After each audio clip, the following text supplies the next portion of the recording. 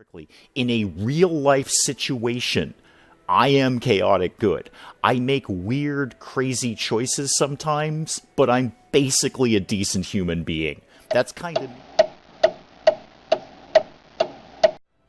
Good morning, everyone. Dave from the wee hours here, beginning some Pathfinder Kingmaker. When we did 30 games in 30 days in the month of September, the response to Pathfinder, as opposed to all other games, was tremendous. It generated a lot of interest, a lot of response on the channel, and there were more than a few requests, and by more than a few, I mean like 2 or 3, which is huge for my channel. There were more than a few requests to keep going with Kingmaker, to keep going, keep playing Pathfinder. Please make this a regular series. More than happy to do that for a couple of reasons. One, if it's going to generate the interest, I want you folks to have it. That's how I kind of do things. Whatever is going to get some interest is what I'm going to put up on the channel. 2, I'm playing it anyway. I've put several hours into the game in my off time because I love it. It's exactly what I wanted from a game. So if I'm going to be playing it anyway, I may as well record it and put it out on the channel. Now, this particular episode, you will notice this is titled Episode 0. This will basically be only character creation, because that can take a while. So if you are looking to jump into the action, just go ahead and skip ahead to the next episode where we'll really get into the meat of the game. This is going to be focused just on character creation, just getting us set up to start playing Pathfinder Kingmaker. So let's get a new game going. We'll look at some character creation. We'll talk a little bit more about what my plans are for this series. Now, when we did this in 30 games in 30 days, and I was just showing off a little bit of Pathfinder, I chose one of the preset characters, specifically Malaku, the Paladin. This ain't that kind of party. We are absolutely going to create a brand new character from scratch and fine-tune them.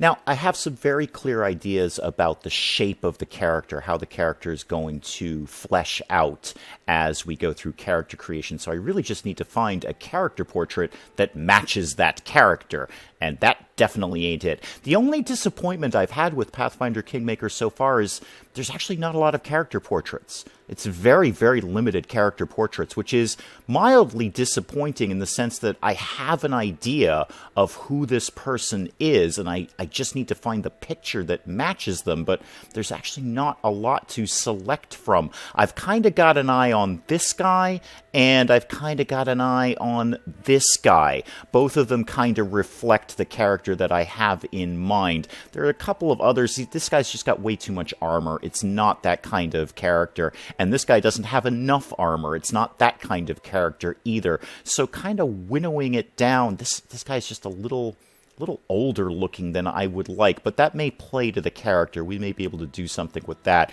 This guy I really like. I think that's kind of the direction I'm going in, and there's not much else. The wizard is just not doing it. Yeah, little disappointed with the low selection of character portraits that I would love to see. I'd love to see a whole other page of these. I'm not asking for, great works of art. I'd just like to be able to match my ideas to a picture. But given between this one and this one and this one and this one, let's go with this guy. I have an idea, and I think this guy most closely matches that. And I'm sorry I just took up minutes of your life flipping between 2 pictures, but there it is. That's why this is episode 0. It's character creation. If you want some action, skip ahead to the next episode. Yeah, this is who we're going with.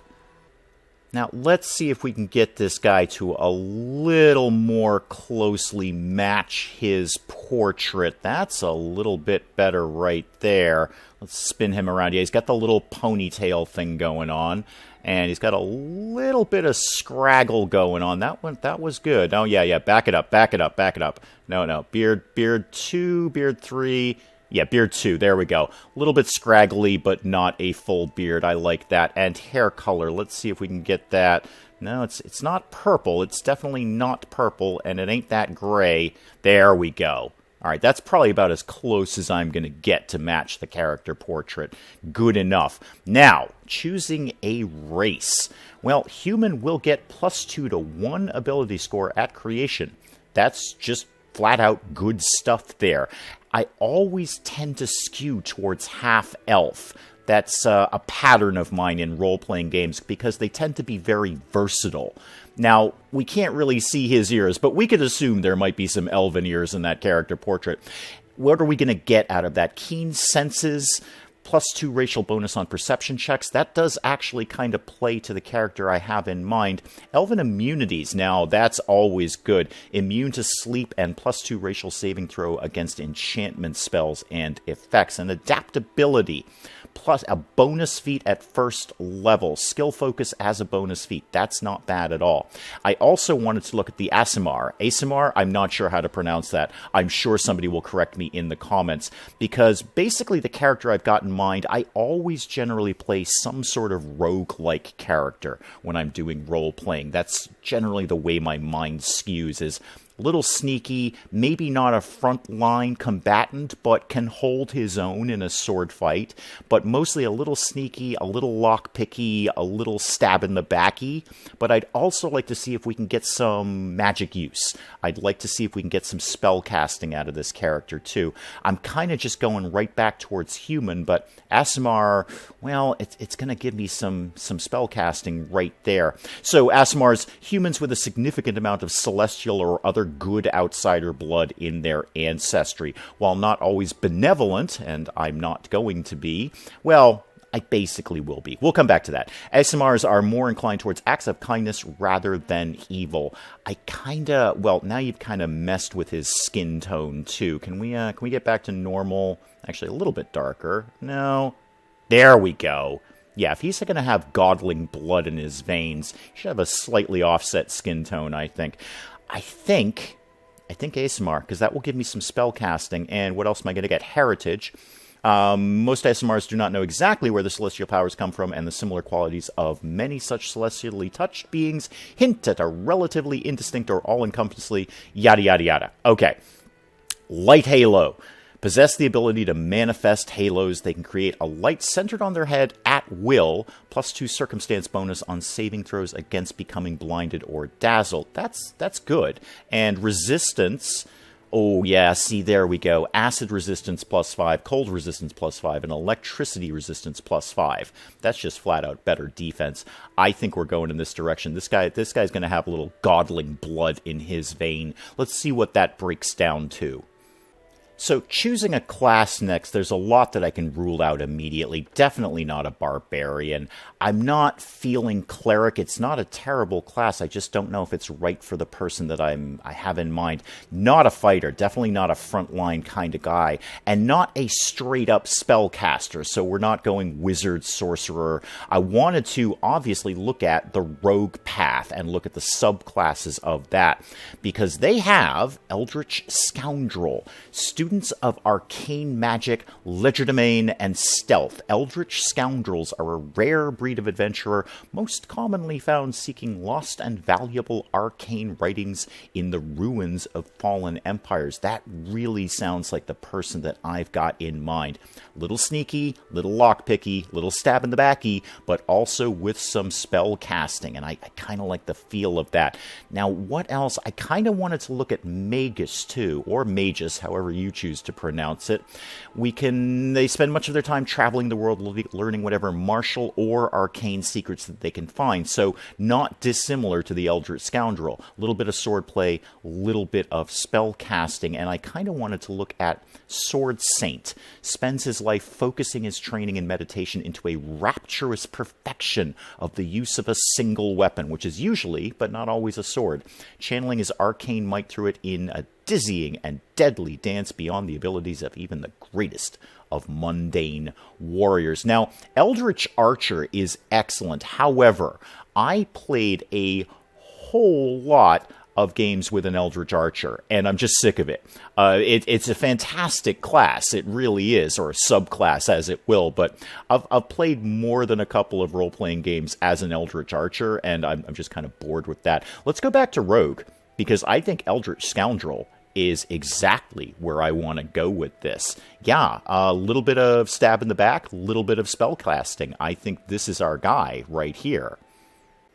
Now we just have to choose which god we have heritage from. So we could just go with the baseline ASMR, but I think we can do better with that. Now, this character, again, little stabby in the backy, little spellcasting, but I'd also, ideally, like him to be able to talk his way out of situations, too. I feel this is a very charismatic character. I mean, he's traveling the world, he's rather worldly, he's been around the block a few times, so he would definitely be someone who had high charisma and could often talk his way out of sticky situations. Now, are any of these sub-races of my godling blood going to play to that? +2 racial bonus to strength and charisma, good. And bonuses on lore, that's good. That would definitely be something this character would have. Emberkin, +2 bonus to intelligence and charisma. That's going to play well to my talking my way out of things and to my spellcasting, and racial bonus on lore and arcanic knowledge. Nice. Arcane knowledge, I suppose, would be the correct way of pronouncing that. But long story short, knowledge. And we get the Burning Arc spell. What else you got kicking around here? Bonus to Constitution and Charisma. Good. Not bad. Lawbringer. Bonus to Constitution and Wisdom. I don't think this character is a Lawbringer. No, that's just the name alone is not right for this guy. Muse Touched. Bonus to Dexterity and Charisma. Racial bonus to Persuasion. Interesting. I do like that. Epitomize freedom and joy and travel the world to liberate less fortunate individuals. I don't think this character is that nice. He's nice, but he's not that nice. And the Plume Kith, what do they do for a living? Bonus to Dexterity and Wisdom. And bonus on mobility and athletics. Yeah, I don't want to be a bird guy, really. I think we're going back to Emberkin. Bonus to intelligence and charisma absolutely plays to the way I want this guy to flesh out. And bonus on lore and knowledge. Yeah, that's definitely this character. That's exactly who that is. He's Emberkin. So yeah, we'll lock down that. Now the all-important allocation of ability points. And we can see we've already got our +2s there on intelligence and charisma, which is excellent. I think this character is not strong, but I don't want him to be a complete schlub in the strength department either. So I'm just going to bump that up a couple of points. Just a little something there to give him a little bit more strength. Now, obviously, he's going to have a very high dexterity. I think we're going to pop that up to, do we want to set that all the way to 18 or higher right now? Let's come back to it. Let's set it at 16. That's a good start. And he can't also be completely weak either. Let's bump up his constitution. Now, where we really need to dump some points is into intelligence. Let's get that up for some spell casting, because intelligence determines how well a character learns and reasons. This ability is important for wizards because it affects their spell casting ability in many ways. Knowledge checks, all that kind of stuff. I want this guy to be very worldly, so we're going to go in that direction. And let's get that charisma. We want to be able to talk our way out of some situations. So 12, 16, 12, 16, 10.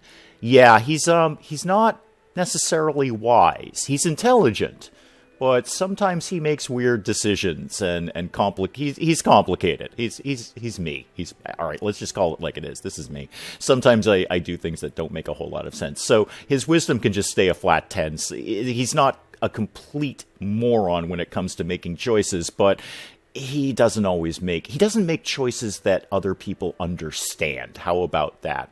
Now, 1 point left. Where are we going to dump that into? I suppose we could just put it into, let's just kick it into strength for right now. I mean, he is going to be doing some fighting. He can't have no strength. So, 5 points for skill points. All right. Well, let's go with the obvious ones. He needs some trickery because he is primarily going to be a rogue. Ability to perform tasks that require delicate manipulation. Enables you to disarm traps or devices, open locks, pilfer objects from creatures, and so on. Yeah, point into that. Thank you very much. Now, mobility. Character's talent for balance and coordination, including aerial maneuvers, gymnastics, and tumbling. Is he that kind of guy? Is he flip-flopping around? Is he that kind of rogue?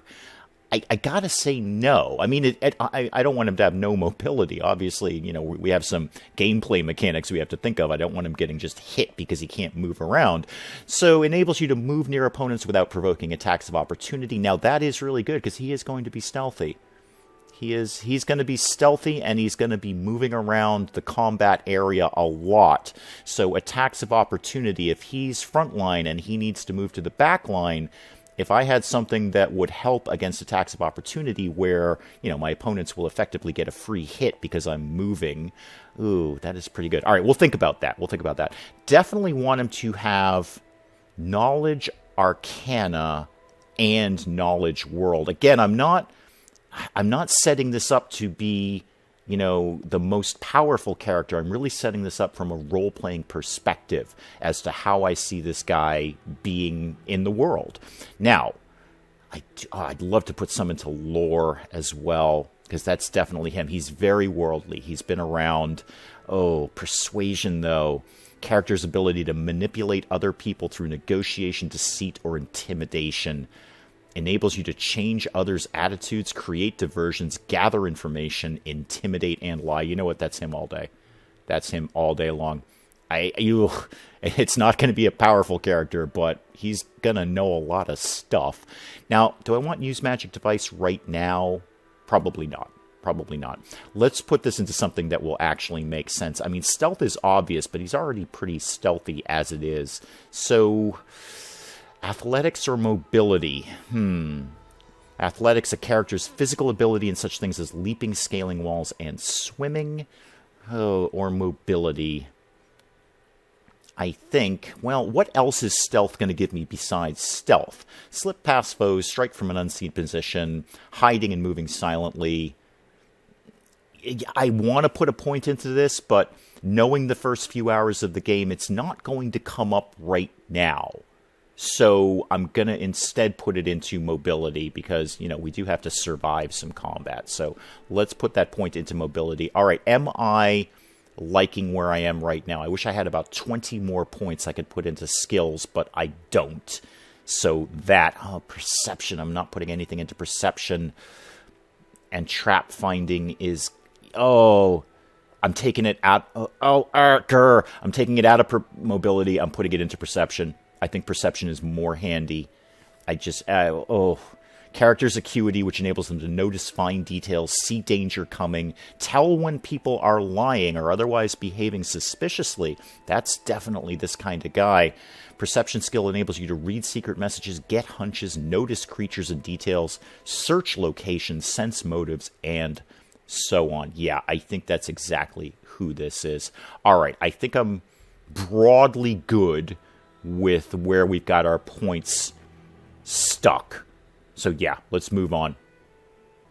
And now we choose our first feat, and there's a lot to choose from. I've kind of narrowed down some options here. Starting at the bottom of the list, I thought about 2-weapon fighting, which would be great. I mean, it incurs a lot of penalties, but I just feel he's that kind of guy where you might have a sword in one hand and a dagger in another. Stealthy is obviously very, very handy, but I think we're going to be pretty stealthy as we are.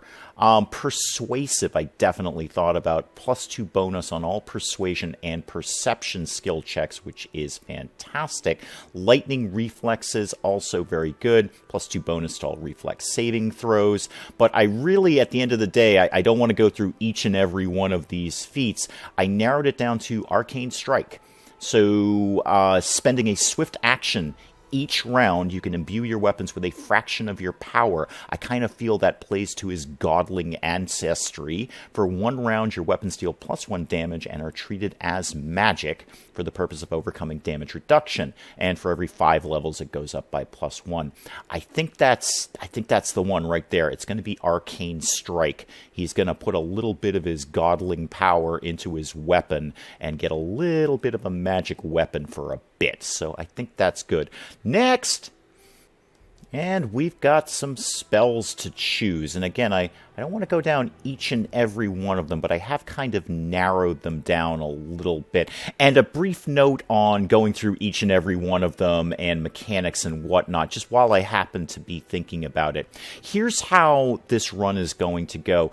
I am primarily focused on the role-playing aspect of this game and of other similar games like Baldur's Gate, Icewind Dale. So I'm looking at the story, I'm looking at the role-playing, I'm looking at the overall vision of the character in the world that this game is giving me to play with.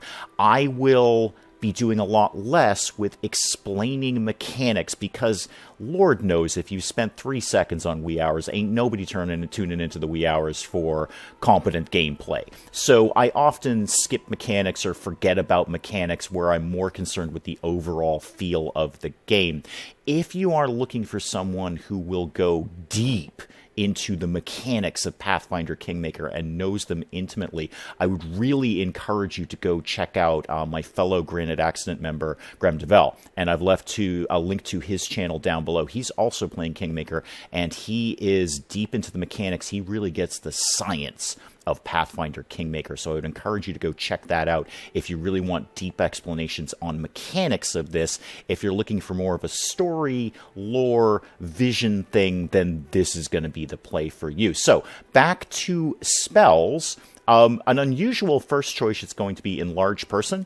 And there's a very simple reason for this. I've used this spell in this game on my own little private playthrough, and it's hysterical. So I'm definitely taking it. It's really, really fun. Now, some other spells that would actually help us, rather than just being silly and fun. Summon Monster.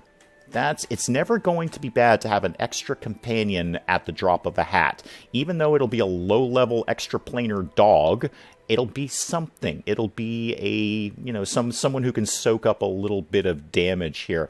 Stunning Barrier I actually wanted to look at. Now, I haven't used that in this game before, but you are closely surrounded by a barely visible magical field, provides +1 deflection bonus to AC and +1 resistance bonus on saves. Any creature that strikes you with a melee attack is stunned for 1 round. That's pretty darn handy. So we are going to take that. Now, you should probably get some offensive spells here too. Well, got to go with the classic Magic Missile. That just makes sense. That's just the classics right there. It's going to be quick. It's going to work. And given the nature of this character, it wouldn't be all flashbang spells. He would have more subtle spells here too. That's just kind of who he is. So I think Cause Fear would be something that he would have. Maybe he's just going to sort of freak people out. He might not be a tossing fireballs guy around. He might be a more subtle mental kind of spellcaster. And what else are we going to put in for our last one? Well, given what I just said, Hypnotism might work. Your gestures and droning incantation fascinate nearby living creatures, causing them to stop and stare blankly at you in a dazed condition. Yeah, I think that very much suits this character. Yeah, we'll take Hypnotism as our last one. Are those the most powerful spells? I don't know. But it's going to fit this character, and that's where we're going. Again, we're going more for role-playing and story than the mechanics and, I don't want to say beating the game. I mean, obviously we want to finish the game, but we're not going for setting up a character who is just going to be a monster charging through the land. There's a vision to this guy. And then the last few things we have to pick are the voice for our character. I was between confident and pragmatic, and I think above all else, this character is confident. That's kind of the nature of him. He's very confident in his abilities. He knows who he is. He's worldly. He's been around a bit, so he has a degree of confidence striding through the world. Definitely not madman, and certainly not pious. Now, of course, the all-important question of alignment. And I just got to go with who I am. Whenever I have played role-playing games, 9 times out of 10, I'm chaotic good. That sums me up. That sums me up perfectly. In a real-life situation, I am chaotic good. I make weird, crazy choices sometimes, but I'm basically a decent human being. That's kind of me in the real world, and that's me as this character. Sometimes people don't understand necessarily what I'm doing, but I'm basically a nice guy. That's kind of how I am, and that's how this character is going to be. So we are going to go with chaotic good for him. He's basically decent. He's not out to harm anyone. It's just sometimes he makes choices that people don't necessarily understand. Now, when choosing a name, often in the past, if you've looked at the Wee Hours channel, I go for just silly, crazy names, just things that are within my field of vision. Dr. Kitty from Stellar Tactics, I'm looking in your direction. But I think for Pathfinder, just because I'm really into this game and the time that I put into it, I think we're going to go with a real old-fashioned role-playing kind of name. Let's get a fantasy kind of name going on here. Because as a wise man once said, nothing screams fantasy like randomly placed apostrophes. We are going to have Telfanar. Telfanar, our roguish, spell-casting, confident, striding through the world, sometimes stalking his way out of situations, but not afraid to pick up a sword or cast a spell at the same time. A very versatile character who is basically a nice guy, but people don't necessarily always understand the choices that he makes, and that is going to be our character as we move through Pathfinder Kingmaker. I hope you're going to enjoy it. I'm pretty sure I am, but I hope you guys are going to enjoy it. We're going to pick this up at what will be episode 1, and we'll actually get into the story of Pathfinder Kingmaker. We're going to take Telfanar through this world and see what he can do with this world that we have been given. So, looking forward to it. I hope you guys are, and I will see you in the story in episode 1. Until then, I'm Dave. Thank you as always for joining me in the wee hours, and we'll see you next time. Johnny, you can shoot a thing 3 times with your pistol now, and I'd like to talk to you about that. I would like to have a discussion with you, Johnny, about shooting something 3 times with your pistol. Specifically, that thing.